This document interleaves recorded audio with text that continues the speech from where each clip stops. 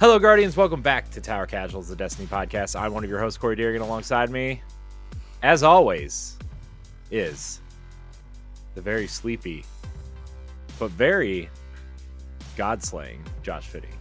Yeah, I'm exhausted.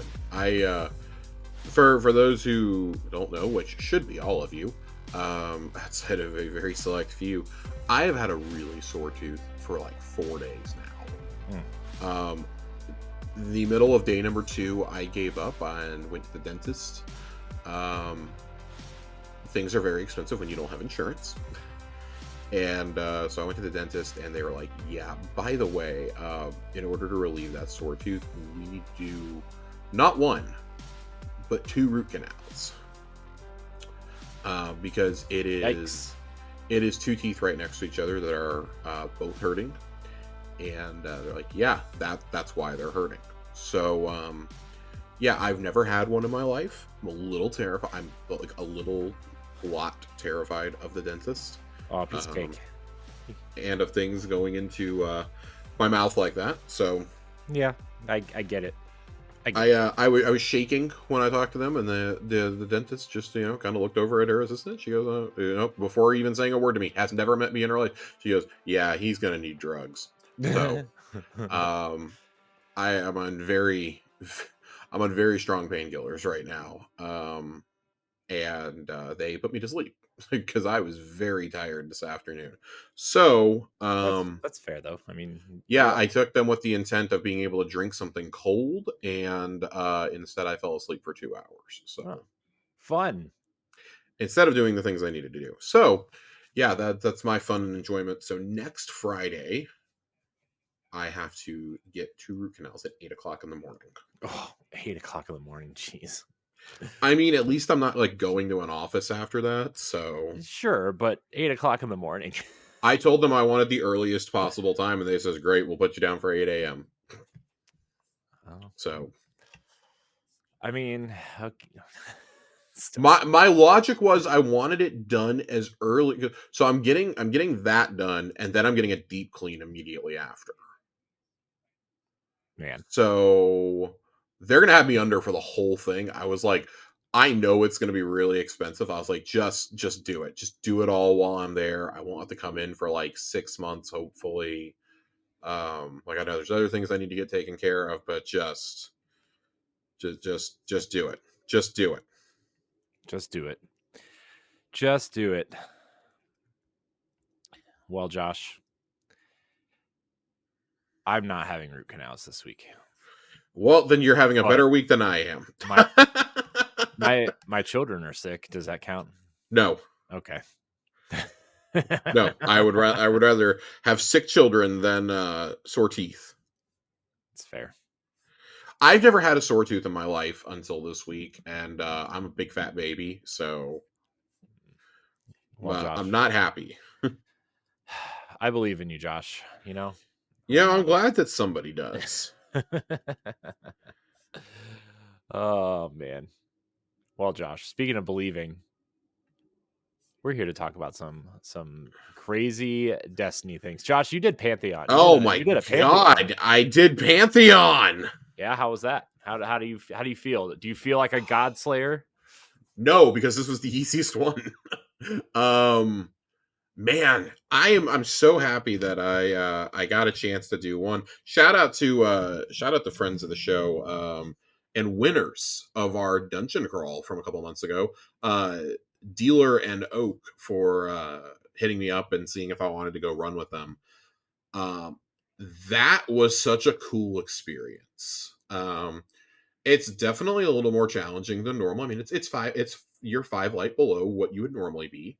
And it was kind of weird doing some of those encounters like a little bit higher than me. Like Golgoroth hasn't been that strong since contest mode for me, so it was like, oh, I forgot, like this guy can kind of pack a punch. I've also never done damage. I've never actually done DPS on Golgi before. Oh man. Even in the old days, I was always the gaze holder. Yes. But it's very cool. So you start out on this first run there's 4 bosses. There's Golgoroth, there's the caretaker from King's Vault, there's the caretaker from Vow of the Disciple, the explicator of planets from Root of Nightmares, and then it culminates in Atrax from the Deepstone Crypt.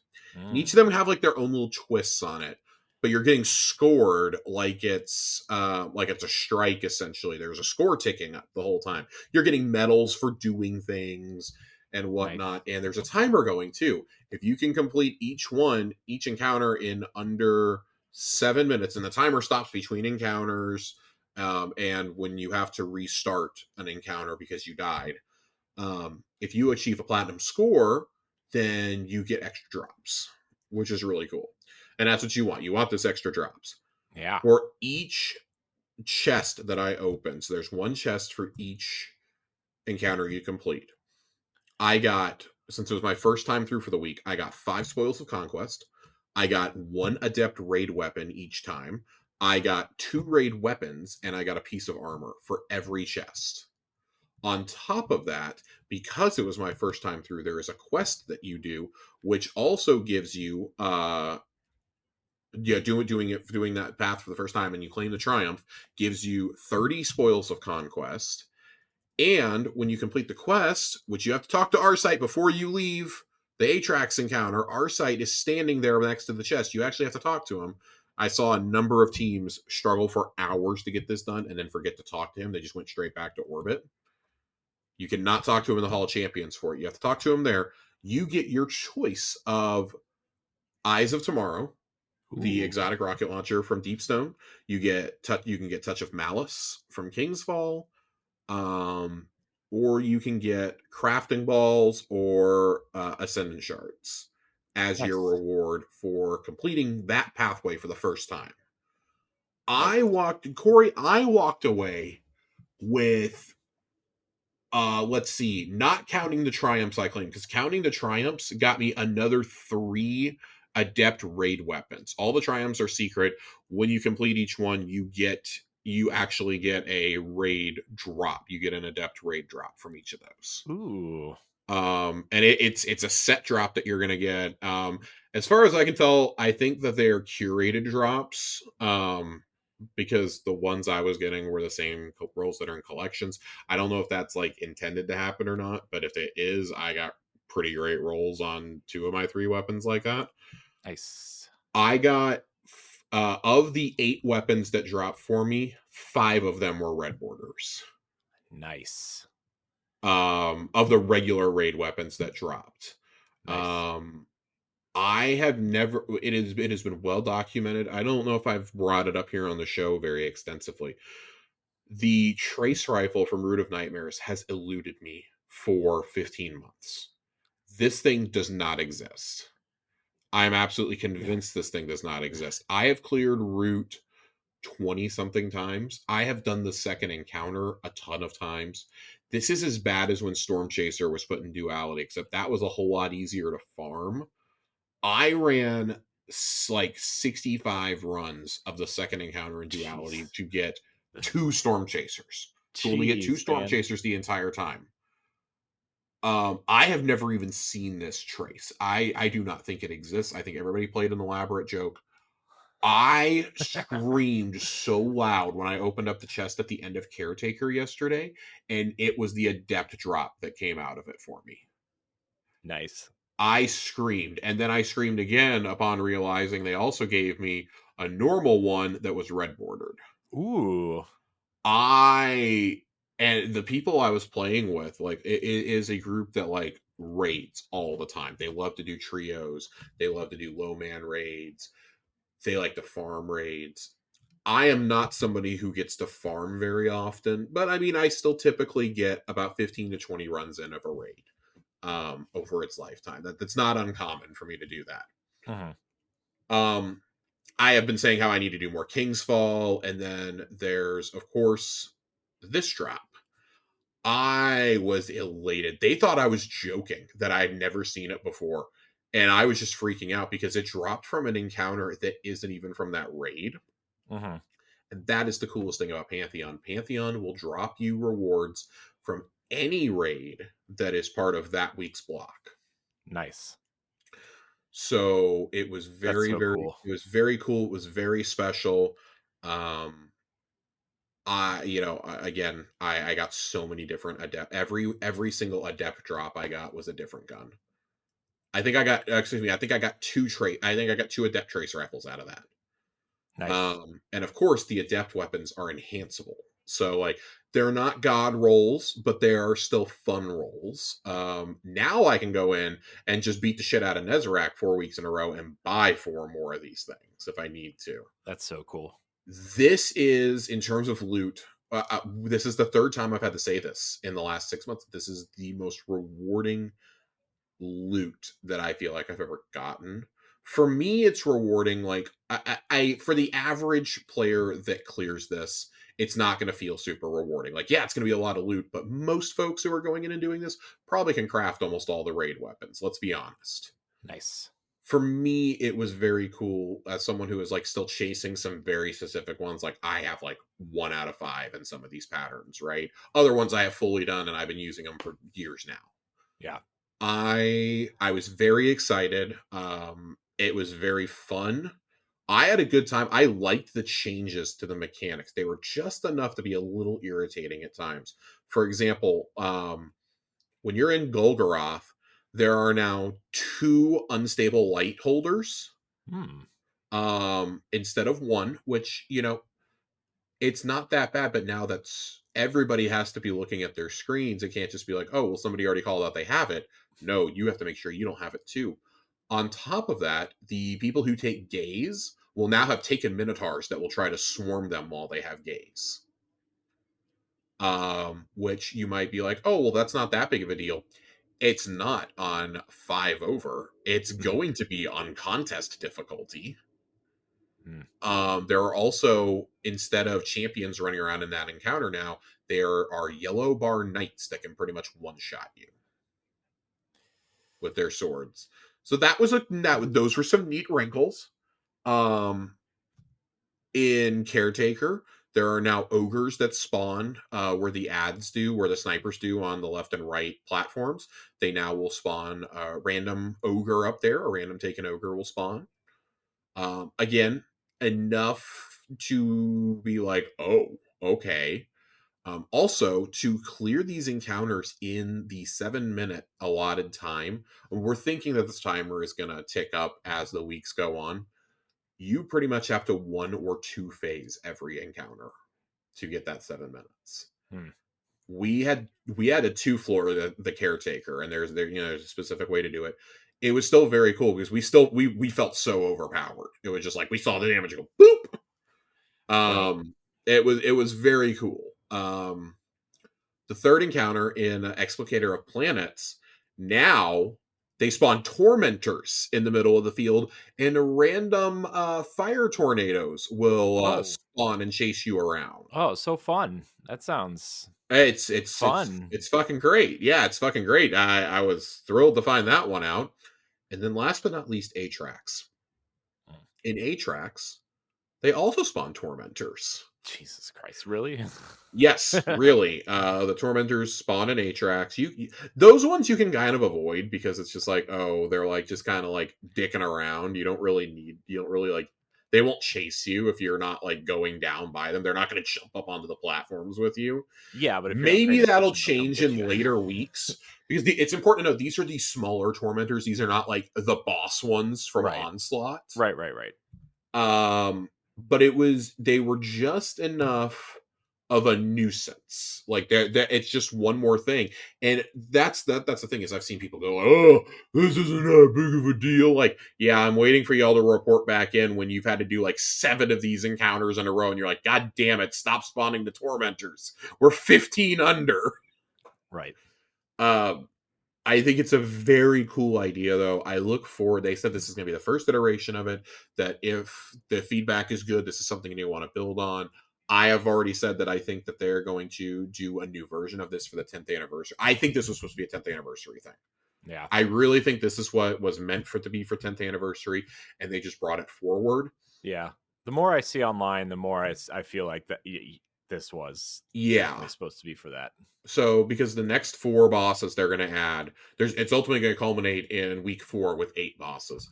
The next 4 they're adding are in some order Rolk, Oryx roll. I think it goes Oryx is next week, and then I think it goes, instead of doing 6 bosses, they jump straight to 7. It goes from 5 to 7, and that's when it becomes Rolk, Riven, and then Nezarec. Um, I can only imagine what the fucking Nezarec fight is going to be like. Yeah. Because that's not a that was, even on contest, that was not a difficult encounter. No, it definitely was not. So the current fear is that it's going to be a bunch of tormentors running around instead of Centaurians. That would make it way more difficult. That would make it incredibly difficult. And that you are going to have, it is pretty much a guarantee you will have to do legit Riven. You will not be doing the cheese. The cheese is actually harder to do the lower the light level is. So I'm interested to see how this all plays out. I think right now, very cool idea. I think it's very rewarding for the loot. After you've kind of done it for the first time, though, like you can go in and farm these chests. That's the other cool thing. You will not get any more adept drops, though. You can only farm for like the red borders and spoils. It is a very efficient spoils farm. If you have a locked in team, you can do this in like 30 minutes. Yeah. You can get, 20 spoils in 30 minutes. You can go in and get a bunch of red borders. All the armor I got was high statted. I think the lowest piece of armor I got was a 64. It is incredibly rewarding. I believe that your raid mods work for each encounter also for their respective raids. Okay. It's just it's a very cool idea. It's something that I like feel like we should have had a long time ago. Yeah. But this is cool. This is basically what Prison of Elders needed to be, I think. It's a very cool way to reuse assets. Would I like to see some different modifiers? Sure. And I think that they're going to start stacking the modifiers as we get deeper into this. But that title, once the final thing of this drops, you are going to have 2 weeks, I think, to do the final run. That is going to be just bananas. The Godslayer title is going to be one of the more exclusive titles in this game. It's going to be up there with things like Shadow and Blacksmith and Reckoner. Or even like Riven's Bane, because like for each of those minus Reckoner, you had to do the flawless raid for the title as well. So I'm curious to see how they're going to do this. I think that Godslayer is going to be a really cool title. It's one that I've never wanted a title like this. I've never been more determined to get a title than I have in this moment. So each week we'll do a check-in, see how mental health is doing in regards to grinding this out. I would love to be able to walk in here at episode 200 and say I did it. Because that's going to be kind of brushing up there at the end. So the last couple of days that you can run it. So I talked to the group I ran with, and they're like, "Yeah, as long as we get our clear first, then we'll tag you in." And man, it's one of those, you got to know the encounters before you go in. This is not an activity where you can be learning the encounters on the fly. This is for experienced raiders. Maybe you can go in at the 5 under, but as it gets harder and harder, it's going to be one of those things like you have to know the mechanics, because you have to be able to then compensate for the new stuff. And that's kind of where I'm at with it. I really want to see what the changes are going to be with Oryx and Rolk in particular. I think those have the opportunity to be absolutely just horrifying. Yeah. I mean, in particular, you have to change up how you do your DPS against Oryx so much versus just about any of these other bosses at this point. With like linears are still, I think, the go-to thing for him. Linears or rockets, and it's like, oh, everything else is like kind of closer range. So we're grenade launcher. We're edge transiting. We edge transited every boss to death. Well, the first 3 at least. Then bust out Parasite for Atrax to hit him in one go with six worms. 6 worms. And you quick swap to your laments. But yeah, it was a really cool experience. Some of the modifiers are cool. Like, they're not all negative. There's one that for every time somebody uses a class ability, you gain a 10% damage buff, and it can stack 3 times. So it's just basically like, hunters, please dodge as we're running in, essentially, or like drop rifts and things like that. That was a pretty cool thing, and that's definitely going to help big time as we get further in. I'm looking forward to it. I think I think it's a cool activity. It's one of those that, like, if I don't get the title, I'm not going to be super tilted by it because I know how difficult it's going to be at the end. But I think, like, especially knowing that Nez is one of the final two, it's either him or Riven. I don't know the exact order, but knowing that they're the final two actually gives me a lot of hope. Having gotten a contest clear against Nez already. Yeah. It's basically every big DPS check in the series at this point, and I think that's cool. Nothing from Vault of Glass or Garden, though. Funny enough, I thought for sure the giant harpy from Garden to Salvation would be part of something like this, and then you realize, oh, there's no craftable weapons in that raid, and that's probably why it's not a part of this, so that nobody feels bad about getting non-craftable loot, or like loot that hasn't been overhauled since it came out. Yeah, that makes sense. So I'm hoping for the next iteration that those weapons will become craftable at some point this year, and that we can have those included. I think having that harpy in would be hilarious. People would actually have to learn how to do garden again. Jesus. I'd also love to see a variation of this for dungeons. I think getting some of the dungeon bosses in there would be pretty fun. Yeah. So. Yeah, there's a lot of cool dungeon bosses, but you think they would have a separate one for dungeons, though, because Yes. it's a 3-person activity instead of a... Yeah, and that's what I'm kind of saying. Like, I'd like to see a separate one. Oh, I thought you meant you want to see dungeon bosses incorporated into this version. No, I think that would be too that'd hard be... because those are naturally smaller arenas for the most part. Right. But no, I would really appreciate a dungeon version of Pantheon. Yeah, I think that'd be cool. So, well, Josh, I'm proud of you. Good job. You did it. You did it. You got the things. You did the things. I did do the things. I enjoyed it. I'll be wearing that Atrax emblem loud and proud. I kept the legend emblem on for 2 weeks and then I took it off. So really, really good time though. Again, shout out to Dealer and Oak for letting me tag along. Just some of the best loot, man. It was already a good time and the loot just made it better. So yeah, I'm very happy. I'll always be happy for that. Like, my time was respected. Nice. Always good Corey, to feel like your time was respected. It's always nice to have that felt because Destiny doesn't always do a good job at that. We say that, but I didn't. I'll say it. It's okay. We have some stuff in the Schwab this week. It's kind of a beefy one. It's a bit of a beefy one. I'm gonna fly through some of this real quickly. I don't really feel the need to dig into the PvP maps too much. They published some maps the other day of them. They're included here of where the spawn points are going to be, where the heavy ammo crate is going to spawn, capture points for control, I assume, and trials capture zones also. So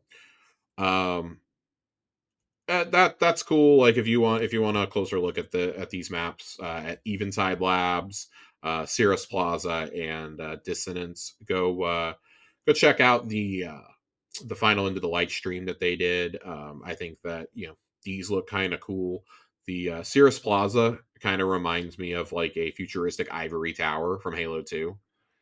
When I look at that, I think that Dissonance looks cool, but unfortunately, like, our friend Joe pointed this out to me, that it kind of appears like it could end up being another disjunct, like a smaller disjunction, and that's just a horrifying phrase for me to hear. I think the cool thing about this map is, and contrast to why so many of us hate. Um, I just said the name of it. I just said the fucking name of it. Disjunction. Um, is that there's no swamp for people to run out into and just like snipe you from it. There's no, it doesn't look like there's any like huge sniper lanes here. I actually kind of like that. You're not going to like every map, but I do think this is cool. If we hit 2 out of 3, then I'll be happy. I'm not a beggar here. I think Eventide Labs is going to be a fan favorite right away. That looks awesome. Cirrus Plaza looks like it's going to be pretty nutty. And all 3 are made for trials. So I'm excited about Nice. that. Um, Nice. Something else that's going to come with this, though, we are getting a special playlist that's only going to have these 3 maps in it. It's going to be a 3v3 playlist called New Territory. This playlist will replace the 3v3 quick play node and feature the 3 new maps with the following game modes: Survival, Elim, Clash, and Collision. Pick up the quest from Shax for more details on the maps and playlist. And while New Territory is the designated playlist for the new maps, the maps will be available in other playlists and private lobbies as well. Lastly, New Territory is available until the end of the season, at which point any player who engaged in the playlist will be awarded with the new Slaycation emblem. Ooh. This is a pretty spiffy looking emblem. I like this. Yeah, it's You pretty can see cool. like sketches of the maps behind them. I know, it's cool. I like that. Pretty Yeah, cool. there's a reference to each of them there. That's pretty cool to me. Um, you see like a boot print too. I'm Mhm. excited for this. I think anything like this that's just going to be given away is cool to me. Yeah, it looks pretty cool. Into it. There's a Pantheon deep dive here, talking about each of the 4 targets for this week. There's some lore here, which I would encourage anybody who's not like super familiar on these characters. Like I was not on some of these, or I had forgotten it over the years. Go look at some of this. I think it's really interesting. For example, um, the the Golgoroth, for example, a hive ogre infested with burrowing parasites related to the worm gods and committed to Oryx's services. One of the most powerful ogres ever known, Golgoroth was felled aboard the Dreadnought by the fire team that delivered the Taken King his final death. Vanguard operatives uncovered that Golgoroth was enlisted as a vessel to both tie the violence directly to Oryx and corrupt hordes of stolen light from Oryx's conquests. The ogre's flesh also served as containment for a tablet of ruin, which was recovered from his remains. And yeah, deciphered hive apocrypha suggests that Golgoroth was fond of flower petals. Daughters of Safatoon would send warriors with petals stuffed beneath their chitlin as deadly delights for the ogre. And then you've got the caretaker. Ooh. The caretaker. This is one that I have just like not been super into the lore on. Um, the caretaker is a being of which we know little. It resembles a scorn abomination, but has been the subject of several experiments and is believed to have been host to a worm. It was entrusted with a collection of worm spawn as well as other entities like the witness, that the witness and Rolk had obtained to be analyzed and stored within the pyramid. Reports from fire teams that raided the sunken pyramid mentioned the caretaker appears to have been both victim and overseer of experiments seeking to fuse worms and scorn together. So yeah, there is some fascinating tidbits here on each of these characters. Atrax, you know, a lot of us know stuff about Atrax at this point. And then the Explicator of Planets. It is outright confirmed that that is actually a clone created by Callus and assigned to the Shadow Legion forces aboard the Witness's personal pyramid ship. Zorak, who was granted the title Explicator of Planets, has surveyed a collection of worlds conquered by the Black Fleet for an unknown purpose. Preliminary theories span weighing the worlds for discipleship to searching for the veil or a method of contributing to the final shape. Reports Ooh. conclude that even the Shadow Legion was not immune to Nezarek's torment. Zorak details his own nightmares and more reports of nightmares and violent incidents among his forces, and his personal logs indicate that whatever their official goal was, they were personally cataloging worlds that had once been a part of the Cabal Empire. There's some interesting nuggets both with him and with the caretaker that kind of hint at maybe future directions for their storylines, for these specific factions. I think that's cool. Like we're kind of getting that tossed in here. I'm sure it's all part of the lore, that I'm just not Yeah. remembering. But very cool. If you clear any branch of the Pantheon, you can get a new version of that sleek raid ring that was available in the lead up to Beyond Light coming out back in 2020. And if you, of course, get the Godslayer title, there's a bunch of rewards pinned for that. Um, let's talk about a big change, though. We got some big changes, Corey. Big changes. Big changes. I'm going through changes. No. Okay. I hated that. Rahul's frequent decryptor program. Rahul is getting a vendor track finally. Ooh, finally. The experience of grinding out new exotic armor can be a time consuming process. It can take quite a few runs to get the drop you're looking for, and many more to get the one that has the stats that support your build. Besides that, with exotic armor pieces often forming the backbone of a powerful build, new players are regularly asked to spend a long time tackling challenging content solo before being able to run builds that support the most effective tactics. The economy team has established a good working relationship with the number one Cryptarch over the last year. As we added exotic armor focusing, we managed to help Rahul set up a new promotional program of sorts. Starting in the final shape, Rahul is the source for any new exotic armor that we release. When you first talk to Rahul after the final shape launches, he will introduce you to a new rewards program tied to his brand new reputation track. The idea is simple. The more you decode Ingrams with him, the more you increase your reputation. Once you completely fill the reputation track once and reset your rank, Rahul will allow you into an elite club, granting you access to a new tier of focusing. Once you become an Ingram Insider, I actually really like that. You'll be able to purchase any piece of exotic armor for any character on your account for one exotic Ingram and one exotic Cipher, in addition to the previous focusing options. Because this is tied to Rahul's new reputation track, there is no weekly limit to using this tier of focusing. As long as you still have Ciphers and Ingrams, you can keep rolling armor. With this change, we're also altering the way that old sources of exotic armor work. First off, lost sectors will keep the same drop rates for exotics, but will instead drop engrams whenever they would have previously dropped gear. Niamuna will also still drop new exotic armor when you complete a Vex Strike Force encounter, but we will not be adding any more new armor to the drop list after Season of the Wish.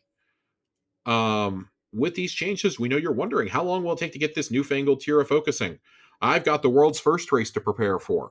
Without going into exact numbers, the actions that will give the most reputation will be precision decryption, aka tier 2 focusing, followed by advanced decryption, opening exotic engrams, and last but also least, opening a prime engram. So if you want to be ready for the witnesses forces as soon as possible, stock up on exotic engrams and ascendant shards before June 4th, as with a little more than a full stock of exotic engrams, you'll be able to start focusing new armor. So that's 10 exotic engrams will be enough to get you to that tier 2 focusing.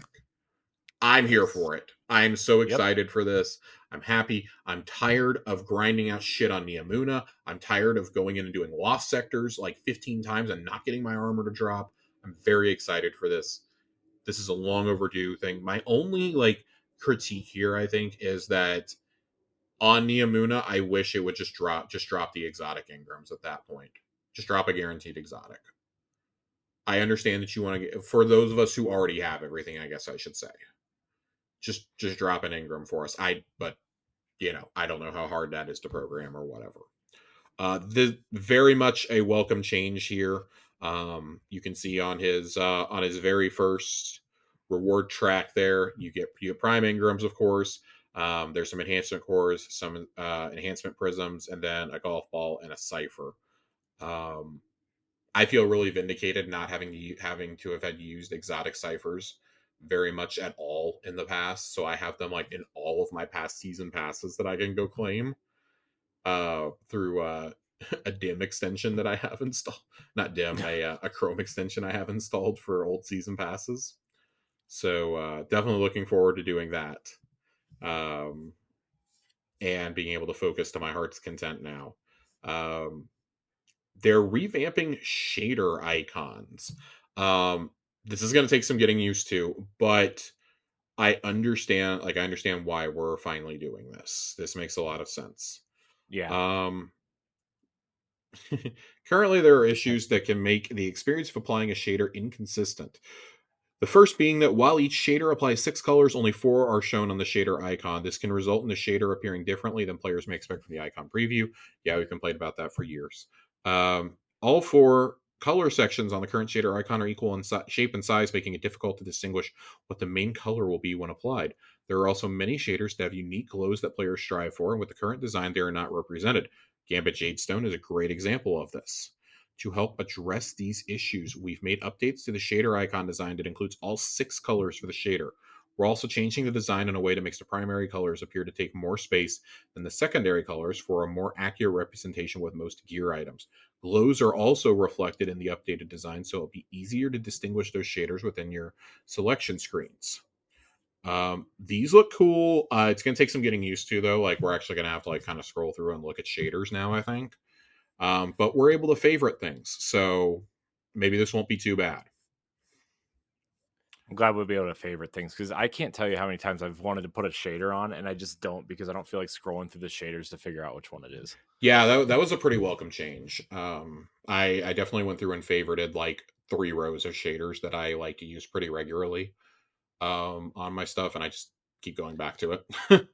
um, all right, here we go. Oh Our boy. last big one in the TWAB this week. The PvP Strike Team is here to talk about some Strike things. Team. We need a Strike theme song Team. for Strike Team, like a real GI Joe. I was gonna say, like, we need like the real Crucible heroes. Yeah, Um, not like a 1980s Transformers movie theme song. We don't need it to go that hard, but we do need some sort of like cheesy 80s cartoon theme song. Could you imagine the guitar riff on that? oh my god, could you imagine if the touch just chimed in? Oh man, good times. Good Good times. times.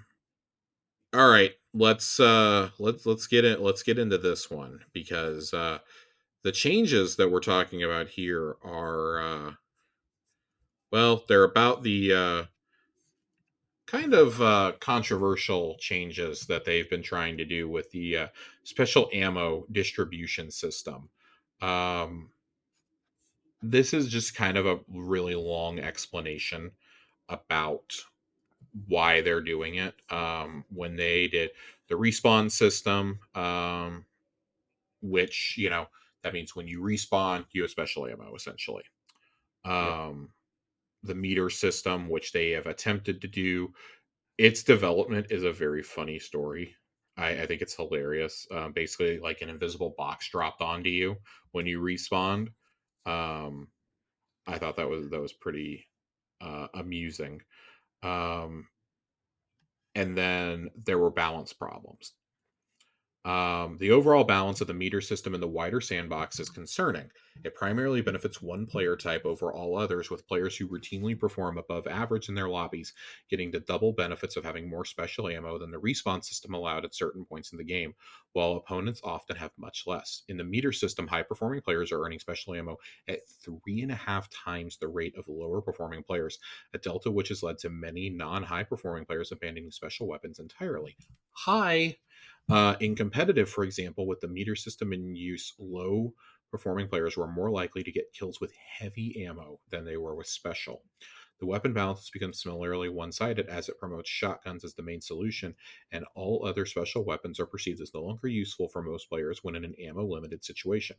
Under the meter system, shotguns have more than 76% of special kills, while fusions and snipers are reduced to a combined 18%, and the rest of special weapons making up only 6%. This has led to a very the rich get richer meta where the best performing players and weapons are now even stronger by comparison without having to do anything differently. Last week, we took steps to improve on these issues, but the difficulty we face in a system where special ammo is almost entirely earned is that we have limited room to close the gap between high and low performers before it functionally becomes everyone gets a special ammo on a timer, which is something we'd like to avoid. And then there's a lot of technical issues that they talk about. The crate system. As a potential fallback for meter system, the special ammo crate system was resurfaced and iterated upon. The crate system has several benefits from a design perspective, including the ability to place certain crates in key zones around the map to help encourage player movement in non-objective or objective optional modes. The crate system has also, based on its time in competitive in trials, done some positive things in terms of moving special ammo distribution closer to healthy values.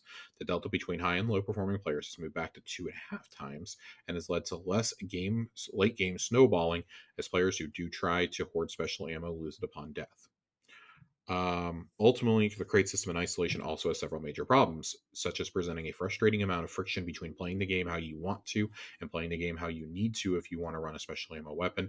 Additionally, in round based modes, it is too frictionless to run double special ammo weapons. It is also the first system we've introduced that allows players to directly influence the special ammo economy of the opposing team, as controlling most crates can starve the other team of ammo. From a strategic perspective, this is an interesting mechanic, but no other way to earn special ammo in gameplay. It serves to be more frustrating than fun, and many players have struggled to adapt to the change, causing additional friction when playing match made teams. So, what's the solution here? It's the 1-1-1 system. Um, so, each of the above listed systems has both positives and negatives. In isolation, each system helps and hurts a different part of the population, but none of them holistically solves the ammo problem. The respawn system offers safe distribution of ammo amongst players, and the ease of availability promotes special weapon diversity, but giving 2 kills worth to every player every life also results in far too many one-hit kills for a healthy sandbox. The meter system allows you to earn it in a deterministic way and increases the rate of earning if you're playing well, which feels rewarding for high performance players. But for low performing players, it feels significantly worse.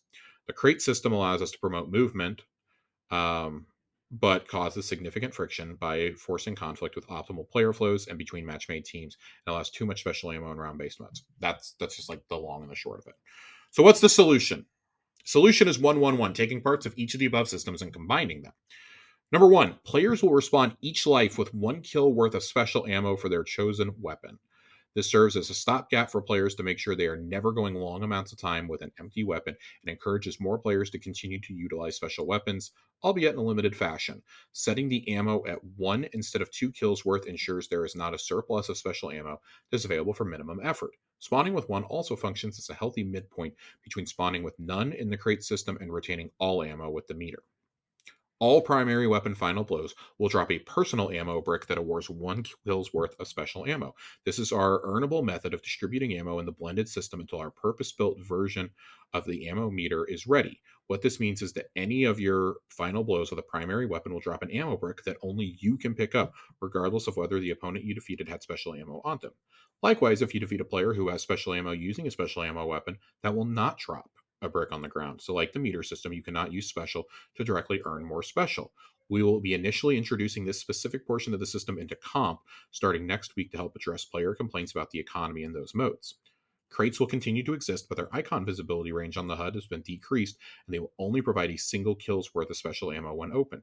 These crates will continue to serve as points of interest around a map, but will no longer be a requirement for players to interact with them to partake in the special ammo system.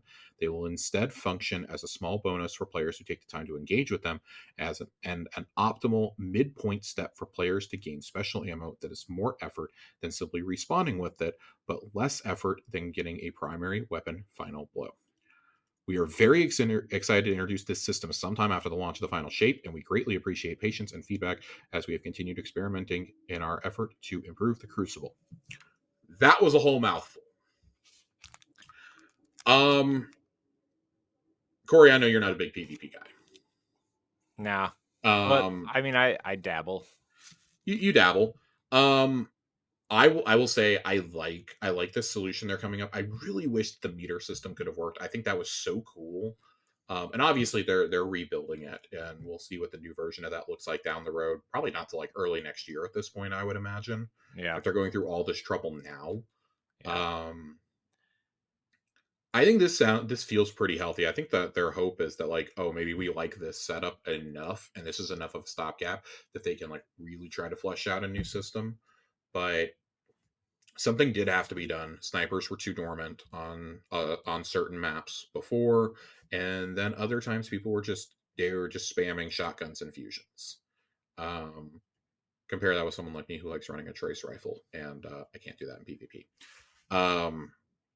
I think this feels like a decent decision. I have not played enough PvP in recent weeks to really comment too much on the ammo crate system. I know a lot of folks did not like it. I did not like it when it was announced, and that's why I deliberately have tried to stay away from it to a very large extent. But what are you going to do? You know, there's not much to do at that point. PvP is really between a rock and a hard place. Yeah. Both when it comes to abilities and when it comes to abuse of special ammo. But I mean, I kind of agree with what was said here. You know, there's players in comp who are, it's easier for them to get kills with heavy ammo than special. Yeah. I kind of feel that way in regular Crucible sometimes. I've also like just never had a huge, this is like sacrilegious for being in Crucible, I feel. I've never had a problem with running double primaries. I run them a lot.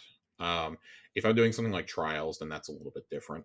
But if I'm like out there Iron Bannering or, you know, just playing like Control or Momentum or Mayhem or something like that, like, yeah, I'm very specifically doing what I need to do. So, yeah.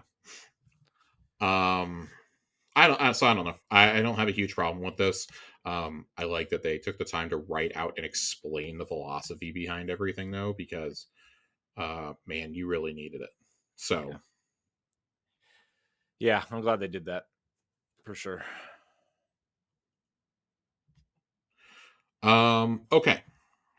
I was trying to gather my place. The Super Black Shader's available for everybody who has finished all of our site's quests and maxed out their Shack's reputation. You can go and unlock it. I think the animation is really cool. Fun little joke. God, it looks so good.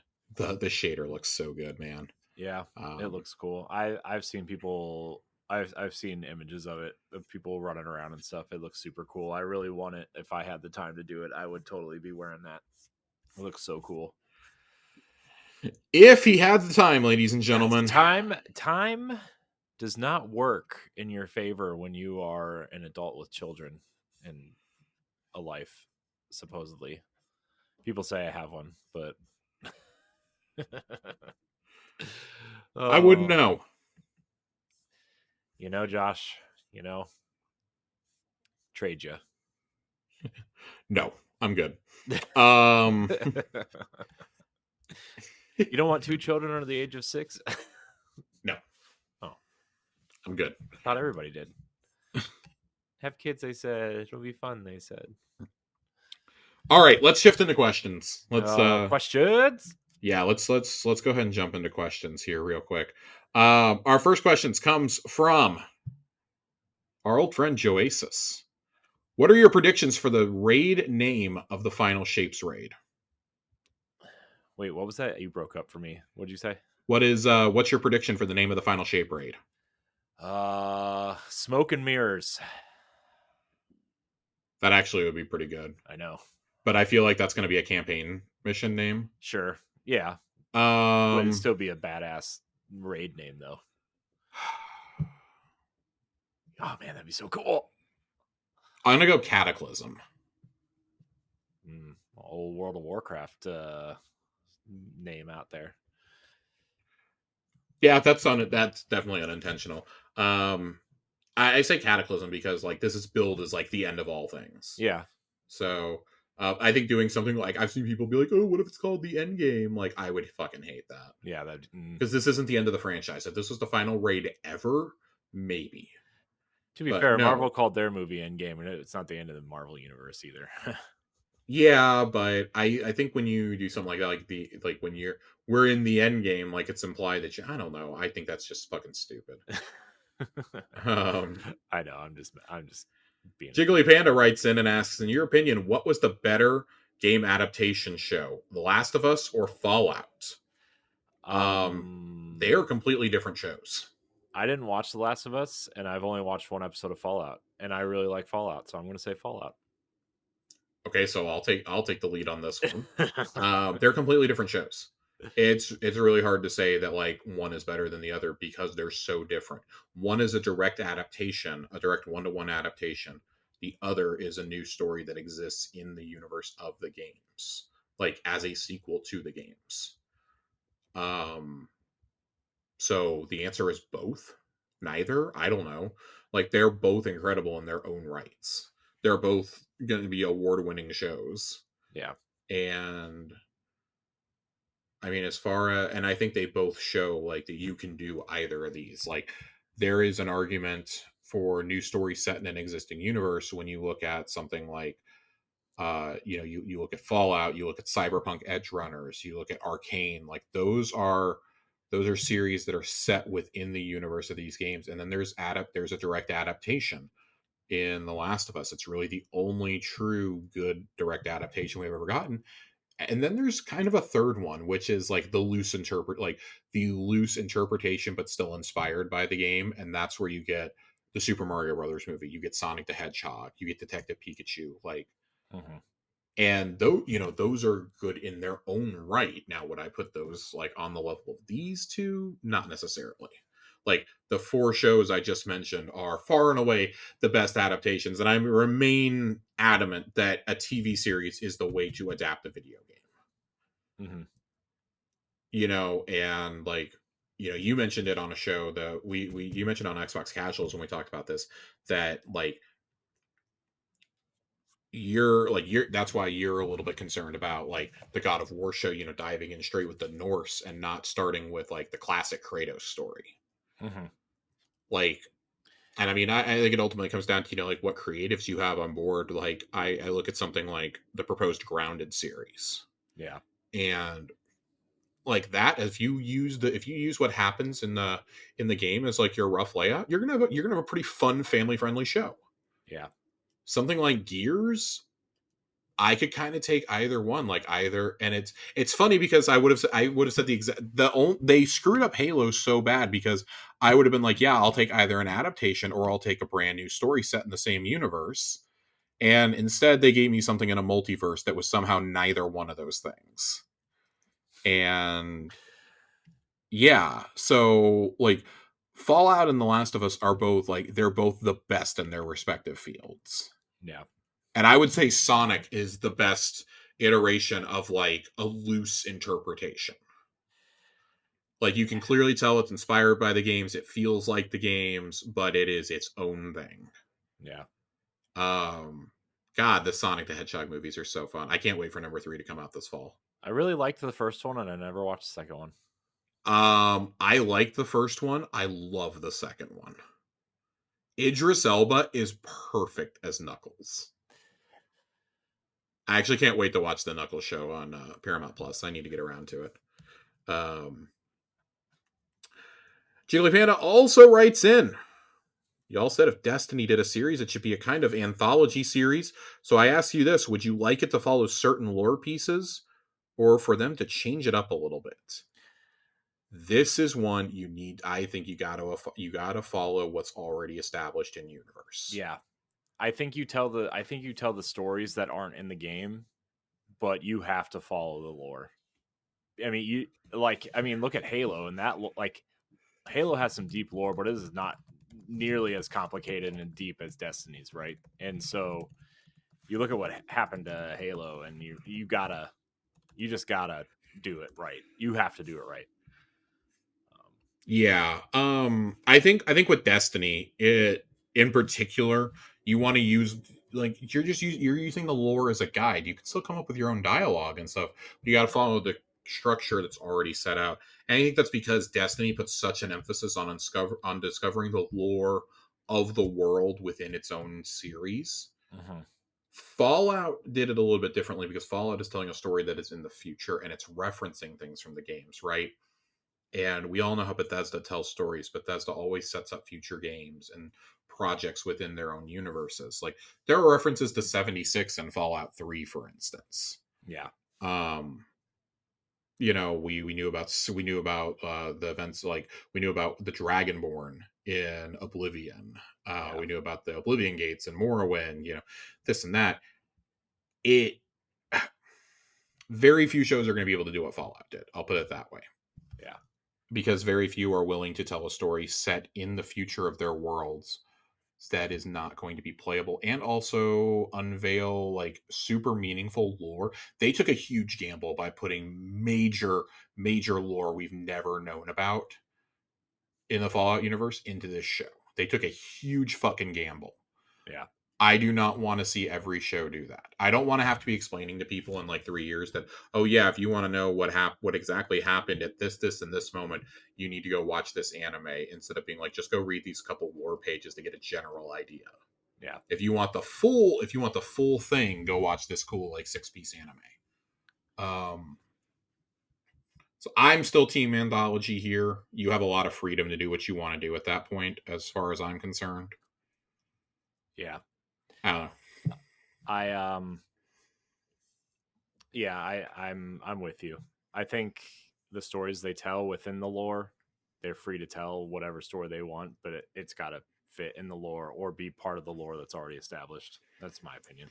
I think it's got to Anthology, be part of the lore that's already established when it comes to Destiny. yeah, yeah, There's too much going on. It's not like, oh, we have one game every 6 years or something. No, there's new seasons every couple of months. There's new right. lore cards every couple of months. So, final question from Jiggly Panda. Thoughts on how your NFL teams drafted this year?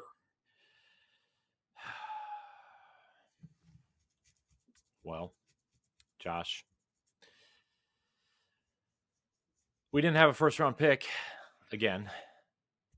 Our amazing franchise quarterback was where was he? He was he was hanging out with the Saudi king during draft weekend. So he's making some great friends.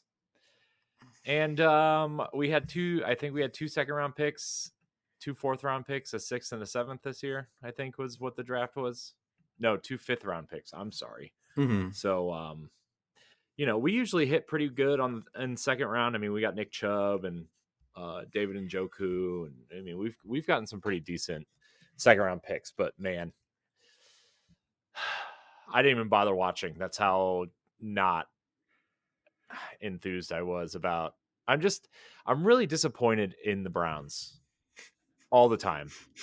And I think it hurts worse because they actually have a roster that's good on paper.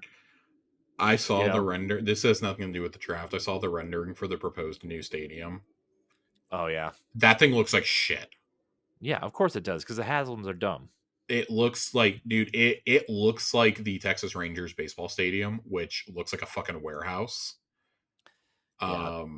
Gosh, yeah, they're gonna kill terrible. Cleveland. They're gonna Dude, kill Cleveland if that they move looks out of there. it looks fucking awful. Like, oh yeah, why keep the stadium? Like there was a side-by-side picture of the concept art for the new stadium and of your current stadium, which I agree the current stadium could definitely be better. Don't get me wrong. Well, But it's almost 30 years old. you have the beautiful backdrop of Lake Erie behind it. And it's just like, what the fuck, man? Like, you want to give that up? Like, I understand wanting to put like a roof on it. I totally get that. But there's a way to design a nice looking stadium. And like, also, like, why would you not want the business that stadium is going to bring to be in downtown Cleveland? Like, Yeah, that's the big fight right now. that is, yeah, and Chicago's going through a similar one too. Yeah. I'm I actually, get it. Yeah. No, go ahead. No, I was gonna say, like, I understand, like, and I feel really bad. Like, obviously, I know a little bit more about the Chicago situation than I do about the Browns situation. The family that owns the Browns, it's just they're like the Haslams. They're fucking sheep. They're fucking sheep, right? And the Browns have been cursed for forever. You know, it's telling that they have Rome Odudson now that they just drafted, and he only has to get like 5,000 receiving yards to be the number one receiver in franchise history. Yeah. That's Yeah. pretty telling about how shit your franchise is. And they want to move them from downtown Chicago, Soldier Field, downtown Chicago, right there on the water. They want to move them out by O'Hare Airport. Okay. Is where they want to kick the stadium out to, which is like 25 miles away. I What are they doing? cannot fathom fucking taking the Bears out of downtown Chicago. Oh my god, dude! What are they doing? Listen. I've heard the complaints about Soldier Field for years. Again, I understand. I don't know Like, outside of needing that stadium covered, I don't know what all you still need to change there, but it has to be a cheaper prospect than moving to the suburbs. Like, nobody wants to play in a fucking Chicago suburb. They want to be able to be like, yeah, I went to the game in Chicago. Nobody wants another Arlington, Texas situation here, okay? It's one thing for the fucking Texas Rangers to be in Arlington. It's another thing for the Dallas Cowboys to be down the street, where the only things around the stadium are a rundown Days Inn and a Walmart that has like one shooting every other month at it. Jeez. I'm not even kidding. I'm not even fucking kidding. Dude. I know you're not. There's also a store called Condom Sense right there. Jesus. Yeah. They fucking show images of the stadium, and you know what you see? You see concrete and warehouses. Scenic Arlington, Texas, man. Like that is the future that we're seeing for the Chicago Bears and for the Cleveland Browns. So my rant is over. Look, my rant's over. I get it. Like, Brook Park is a nice area, or well, it's an okay area. It's not the nicest area, but like that's where the airport is, and like I get it. It's not moving the Rams and Clippers to Inglewood. Yeah. It's just like when LeBron left Cleveland, that killed Cleveland's economy for a while. Yeah. And like your tourism economy is just gone. And like, look, as much as I like the Cavs and the Guardians are okay, like they're not the support system of that economy. It's the Browns. Right. It's the Browns. It's totally the Browns. And if you move them out of the stadium, or out of the city, it's like you're gonna kill Cleveland. And like Mayor Bibby is actually like wanting to like rebuild and make the city a nice city again, instead of like some crazy dumpster fire that somehow it became over the late 90s, early 2000s. And he's doing a great job, but like the Haslams want Cleveland to pay for the stadium if they want to keep it in Cleveland. And it's like, no, it's your team. You need to help pay for it. You know, oh my God, it's just so stupid. It's dumb. It makes my head hurt, Josh. Help me. Get me out of here. I am not. I don't really care about my team's draft. I'm gonna be totally honest. I kind of forgot we had a first round pick this year, if we're being just super clear. We traded our second round pick last year to the Giants for a defensive end who, thank God, he re-signed with us, but we made him one of the highest paid in the league. We went pretty much all defense, and it's like, so there's no sexy pick, there's no quarterback, there's no receiver, there's no running back. We've done all that shit for like the last couple of years, except for the quarterback part. We lost our quarterback, and that got Geno. I didn't write back Smith. I have feelings. I have very strong feelings about this, but the guy that we got, they said he was only the second defensive player off the board, and he was the one that the Seahawks had the highest rated on their board. So that makes me feel good. It's a position of need. They seem to draft pretty decently. John Schneider picked up some more picks for us, like he always does. Very happy we did not trade back or out of the first round altogether. We actually filled a need when there was a stud player available, who I don't think they dreamed of being available to them, by the way. But 6 quarterbacks in the first 12 picks will do that to you. My fear was that we were going to draft Michael Penix, and we did not do it. Thank God. The Atlanta Falcons saved us from ourselves. And we did not draft a Bo Nix either. Sean Payton took the hit on that one. So I'm feeling good. I'm feeling optimistic right now. I can't believe the Falcons took a quarterback. I can. It's so fucking funny. The Falcons are like low-key one of the worst run teams, and it's like, yeah, you replaced some of the shitty people. You got a new GM in there and whatnot. Yeah, new coach, but Arthur Blank still owns the team, which means it's going to continue to be a comedy of unforced errors. God, there is nothing that makes me happier than seeing fucking Arthur Blank lose continually in life. I don't even know if he's like a bad owner or anything. It's just like every time I see that dude like in his fucking suits, I just want to hit him. I just want to fucking punch him. What kind of fucking owner shows up to, all these games in suits other than Jerry Jones? We all fucking hate Jerry Jones too, by the way.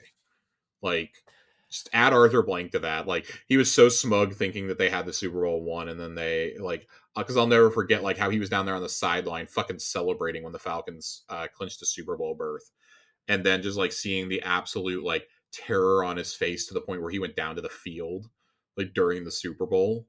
That is just hilarious to me. This man deserves to fail, in my opinion. So, yeah, having $100 million quarterback that you didn't even tell you were doing this to, by the way, uh, all time great Atlanta Falcons moment here. That top three moment for outside observers for this franchise, behind 28-3 and wasting Matt Ryan's entire career. Just one of the great moments of the last 20 years of this franchise. I haven't gotten to the Michael Vick stuff. Wasting Julio Jones. Like, you had Matt Ryan and Julio Jones, and you made one Super Bowl, by the way. Yeah, and lost. But I'm not gonna talk about sports. The question was about sports. To be fair, I know it was. To be fair, nerds. Fucking nerds. Fox, I'm going to save your first question for next week because I simply have not. I know it's been in here for a few days. I simply have not had time to think about this. And I need to think about it with some of the changes we've had recently to exotics.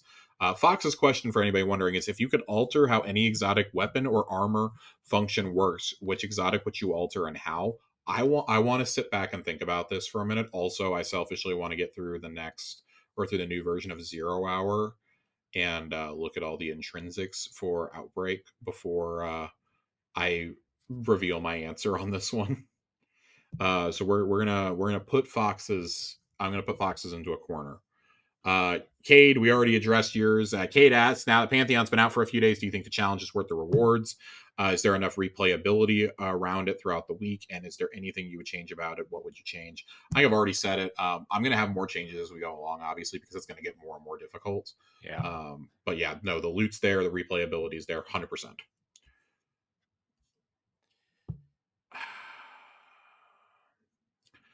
Okay, Fox dropped another big one on us, and you seem very concerned. Fox, you can't drop questions like this on me when we're 10 minutes into recording because I can see the timestamp on here, buddy. I'm gonna attempt to answer this on the fly, I guess. So I want to read everything that's here first because I'm like processing some of it right now. I was watching a Bife video earlier, and he kept mentioning the gardener and the winnower. The gardener being that of life, the light/traveler, and the winnower being that of death, witness/darkness. Reflecting on the trailer dropped a few days ago, there was a feminine voice, presumably that of the gardener. It got me thinking, are we sure that the gardener is that of life?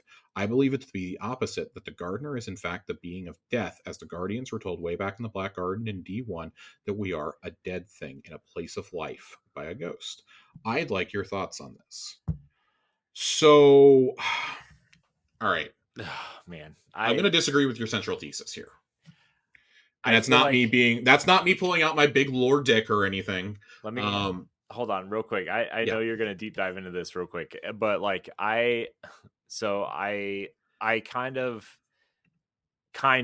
like that idea, but also it's a very like overused storytelling trope, I feel like, in a lot of ways, where like, oh, the light is really the dark, and like, if I don't know, I feel like that would be the cheap way out at this point, in my opinion. Yeah, you kind of summed up what I wanted to say in much fewer words. I think it would be a cheap out at this point. I do think so. Something I think you need to keep in mind when it comes to Bife and Mylan and other lore hounds is there's specifically with them, like the ones that have really taken off, there's a lot of conjecture. There's a lot of implying like this is what I think, but presenting that as like fact. Mm-hmm. When it comes to the winnower and the gardener, we really just don't know a lot. I will say we have learned more recently. I would specifically direct everybody to the lore book that we got with the collector's edition. I know I've been saying we're going to read it. Next week, we're breaking it out. Next week, we're breaking the book out. I'm going to go through, I'm going to get the passages out that I want to read. Because I want to dive into this one further next week. But the long and the short of it is, no, I don't think that the gardener is the being of death. It pretty much, the lore in the collector's edition pretty much explicitly states that the witness is the winnower, Mm-hmm. and or at least that the dominant personality of the witness, whatever that being used to be, um, whether it's the leader of the people or whatever, is the winnower. That is pretty much explicitly confirmed. Mm-hmm. It is something that's been thought of for a while. The dead thing in a place of life. I don't take a lot of things that happen in D1 too seriously. I'm gonna be honest. Like I say all the time how I would really love for us to one day find out who Elsie was talking to on the other end of that radio, but I think we're just like destined to not find out. We know at one point it was supposed to be Osiris. Maybe they'll retcon it into like being the Drifter or something one day. Like that would probably be the easiest solution. That it was Drifter or Eris or somebody. Mm-hmm. Considering those are the two that she called to Europa to be with her, right? Mm-hmm. Um, when we say dead thing in a place of life, I think that when we see the Black Garden, I actually feel like we're gonna see that the Black Garden was the original world that the Traveler blessed. That's my personal conspiracy theory. Um, this is a great. This is I really do appreciate this question. I don't think this is something that we can like simply answer. So I'm giving you kind of a simple like broad answer of like no, I don't think that that's true. But that's not me writing it off. That's me saying I want to bust out the collector's edition lore and read some of it next week. And I also want to go back to the unveiling book, because this is something that's actually going to like require like a nice chunk of an episode to talk about. Yeah. um this is something that is kind of beyond me to try and explain. But I do think that like gardener, winnower, those are those are pretty common things, I would say. Right. The tropes that have come up, they've been there since Shadowkeep. There's a whole reason why Shadowkeep is the start of the journey that we still have in the game. um I will also say that when we look up the word winnow in the dictionary, which I'm googling right now, um, it is a transitive verb that means to remove by a current of air, to get rid of something undesirable or unwanted, separate, shift, um, to be free of unwanted or inferior elements, to separate desirable and undesirable elements. Um, so I will say that I think that just based on the definition alone, I think that the witness has to be the winnower. We know that the witness's ultimate goal is to remove basically the final shape is removing everything undesirable from the universe and just being a place of order, Mm-hmm. right? So I still think that the witness fits that. I don't think that the traveler does. The traveler is transformative, like a gardener is, Yeah. and it's so surface level for me to explain it that way, but I can't think of a different way too. Yeah. I mean, I get it. I mean, Yeah, it's yeah. I don't know if I could say it any better. I was gonna but try. Fox, I'm gonna dive a little bit deeper into this. I want to get the collector's edition lore out, and I want to get the unveiling book out. Awesome question, awesome fucking question. Um, I do genuinely appreciate that one. Um, and that I think that's going to kind of steer where we go with the lore. I've been trying to figure out where we're going to go with it leading into the final shape. We've got three more episodes that we're going to do lore in after this one, before the final shape. 197, 198, 199, and 200. 200. We're going to read whatever piece I decide. It won't have any sort of like relevance to the story, most likely, unless they drop a lore piece on us during the final mission. I reserve the right to change my mind, but um, that gives me a direction to start steering things. I was trying to figure out where we were going to go, and I was going to save a lot of winnower and gardener stuff for after when we have clarification. But now I think it's just going to be fun to speculate. Yeah. We do have a lore corner tonight. Lore Um, corner. lore corner, and this comes to us. This is Luna's Howl, Ooh. the reprised Luna's Howl. The story of Luna's Howl is an interesting one. It's been in there for a very long time. Um, Luna's Howl and Not Forgotten are two guns that are very, very similar. So I want to read the original Luna's Howl first. Guardians never die, but we don't forget those who do. Lord Shax. Yosef opened the door. Shax filled the hallway beyond. You look like hell, said the Crucible commander. Yosef scoffed. Get out of here. I have Hive to hunt. No time for the Crucible today. Hive? You lost her on the moon. Yosef said nothing. You aren't the only Guardian to leave loved ones behind on that rock. Shax held out a long, lacquered box. The gunsmith asked me to deliver this personally. What's Banshee thinking? I can't afford this. I took care of it, scavenged parts from my personal collection. Yosef considered it a moment. It's a good gun. She was a good dog. This isn't a replacement, but it will help you finish your business with the Hive. Then I expect to see you back in the Crucible. We could use the inspiration. Luna, Luna's a dog. Mhm. And there's a reason why the perk is called the Magnificent Howl. Luna's Howl is the name of the gun. And then I want to read from the new Luna's Howl. Same flavor text at the beginning. And it's a very similar lore piece to before. All these lore pieces on the guns are callbacks to the lore or to the stories they originally come from.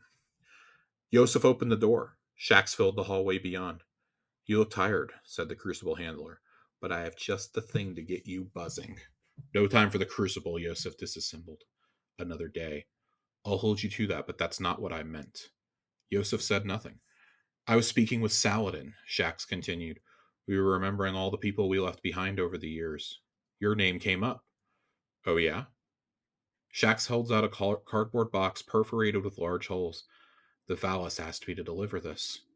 Yosef opened the box. At the bottom, in a nest of cloud acritions, two sleeping war beast pups. They're not replacements, Shax explained. We hope they bring some light back into your life. They're perfect, Yosef said, his voice tender. Thank you. See them settled, then I expect to see you back in the Crucible to teach my pups a thing or two.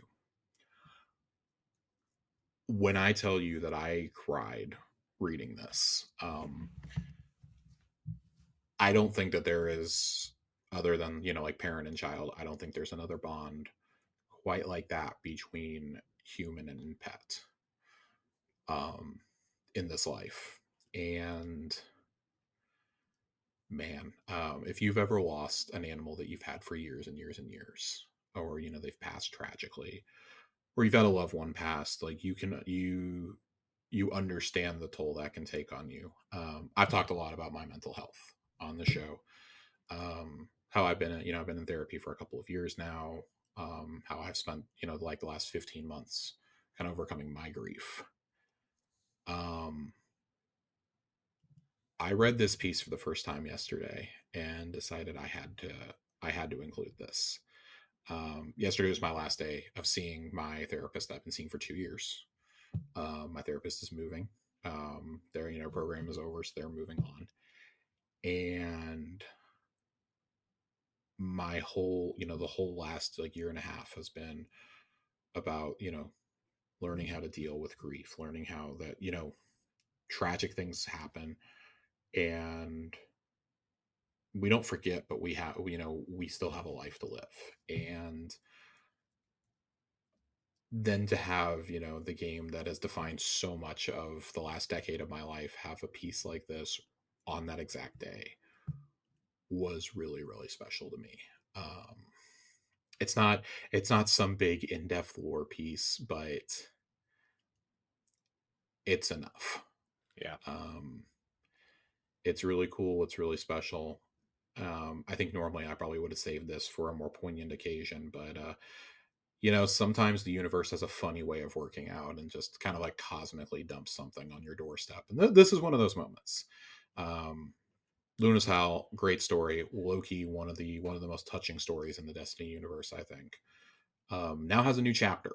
So yeah, remember that story whenever you have Luna's Howl.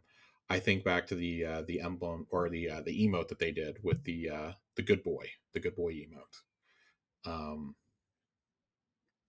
Yeah, I don't have anything else to say. I'm gonna just talk and stutter in circles. So yeah, that's our lore corner tonight. Luna's Howl. Two That's entries our of Luna's Howl. 2 entries. I'd also advise, if you're not doing it, really read the text that Shax puts up on the screen when you turn in your quests. Because it's Shax playing with the dogs. And I think that's really cool. That's fun. Yeah, talking about Luna's Howl. He says in it, it reads last thing, and then I promise we're going to be out of the little corner. Shax kneels in the courtyard, petting a happy war beast pup when you approach. The Crucible handler looks up at you. Guardian, have you ever rounded a corner in the Crucible and suddenly been face to face with another light bearer? He asks. Oh, yeah, yes, they have. Oh, yes, they have, he coos to the slobbering puppy. I watched it happen. In situations like those, he tells you a hand cannon is the final word in short range stopping power. He gestures to the firearm holsters at your side. I commissioned the first Luna's Howl as a gift to someone who lost their dearest companion on the moon, he says, lowering his voice in tribute. I'm reviving this model so that you'll have a reliable companion of your own against the witness, he concludes. And speaking of companions, pop in on Zavala, will you? With all this stress, I fear he's looking a little blue.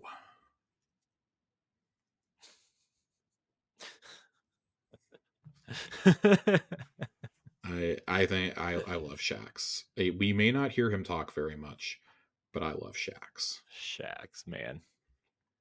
What a guy, man. Shax. I love Shax. I think we all do. It's hard not to. Yeah. Well, Corey, why Welcome. don't you get us on out of here? Yeah, we should probably get out of here. I want to thank everybody for watching and or listening to this episode of Tower Casuals. You can find a new episode every Friday. You can check out Xbox Casuals every other Tuesday. Josh, thank you for your time tonight, as always. Of course. Where can we find you? Twitter. Josh Finn, 2 N's. Is it just Josh Finn now? No underscore? No, there's an underscore. I think everybody knows at this point. Well, you got to say it. What if somebody's new to episode 196? God bless you. God bless you if you're brand new to 196. Please write in if you're new. I want to know who you are. Oh, what if we get like 3 emails next week that just say, "Hey, we're new"? Like, that would be pretty funny, actually. You can find me at I am Corey in HD. You can follow us at Tower Casuals. You can join the Discord, hang out with everybody. Oh, I actually have an announcement before we get out of here. Ooh, announcement from Josh. Announcement from Josh. I'll say it at the beginning of next week's episode too. I'm going to be creating a channel in the Discord. So if you're not part of it, join the Discord for you to share your favorite Destiny and Tower Casuals memories with us. As we maybe a favorite joke that you've had, maybe a favorite nickname that Corey has used in the past for me, any favorite Destiny memories you've had throughout the entire time with the franchise. We're coming up on 10 years. Not only 10 years, we're coming up on episode 200 and the final shape. Episode 200 is airing 4 days before the final shape drops. We are recording it the Thursday before. It could not line up any better. It is perfect. Absolute cosmic timing. We toyed with maybe 200 being our campaign review, but felt that was too much to try and cram into one episode. That's already gonna be like a 2-hour episode. Yeah. We wanted to have it a little separate. I'm gonna try to get it set up to where we're live streaming it too. Oh, so Corey's trying to get fancy on us here. I'm gonna try to do that. I mean, I know it's relatively easy for Windows users, but I am not a Windows user, so TBD on that. But we're gonna try. It's a big episode. TBD on that. I will share in both that channel and coming up on next week's show. We're gonna do some community contests leading into episode 200. Fox and Joe are helping me get those together. We're gonna do I know for sure we're gonna do a fashion contest. We're gonna have you share some of your memories. want to, I have some prizes to give away for episode 200, including I'm gonna have a grimoire anthology. I've got some emblems to give away. I've got some other little Destiny knickknacks. I've got a steel book of Destiny 2 that I plan on giving away. It's either Destiny 1 or Destiny 2. I gotta look in my prize box. But I have some prizes I'm ready to give away for episode 200. Some silver, some cards for us for silver. So some money to a an online game store of your choice. But we really wanted episode 200 to be a celebration of. I said this in the mod chat earlier. I felt a little funny typing it out, but I says the community's obviously exploded since episode 100, which is true. Like we didn't even have a Discord at episode 100. It's true. But our listenership has gone up exponentially since. you know how we were getting questions? Joasis was DMing me on Instagram. It's true. Okay. That was Joe used to DM on Instagram. We used to get Twitter private messages. The email was actually being used. Oh man.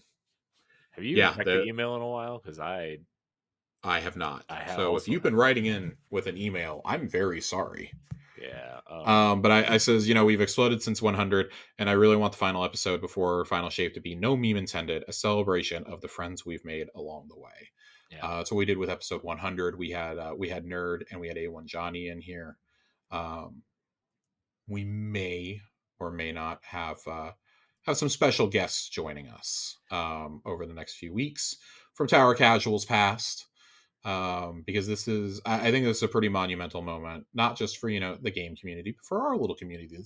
This is basically a 4-year celebration. We started this during the pandemic. We started this 3 months into lockdown. We started it literally the day or the week. I don't remember if it was the day or the week that we saw Arrivals and Beyond Light for the first time. Yeah, man, that was.